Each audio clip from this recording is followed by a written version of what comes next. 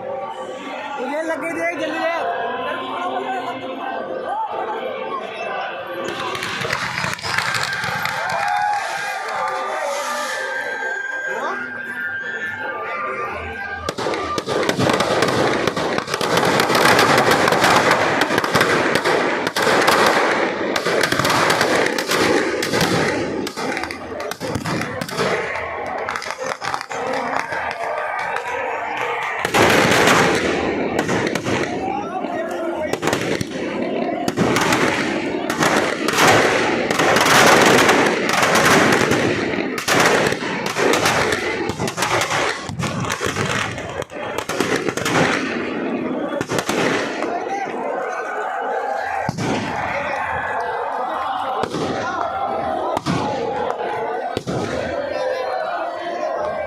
एक बात है, ये भैंस तो दिल्ली के रावण में भी ना रहती है।